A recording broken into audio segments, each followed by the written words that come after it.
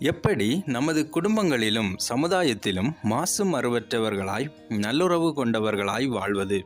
உரோமையின் பேதுரு பசிலிக்காவின் வியாகுல மாதா சிலையை உருவாக்கிய மைக்கேலாஞ்சலோ அன்னை மரியாவின் முகத்தை அழகான இளமையான முகமாக உருவாக்கினார். இதற்கு காரணம் கேட்டபோது, மாசில்லாத இடத்தில் நோயும் முதுமையும் இறப்பும் இல்லை, அங்கே புதுமையும் வளமையும் இளமையும் அழகுமே இருக்கும் என்று பதிலளித்தார். எல்லாமே மாறிக்கொண்டிருக்கும் உலகத்திலே மாசில்லாத வாழ்வு வாழ்வது எப்படி?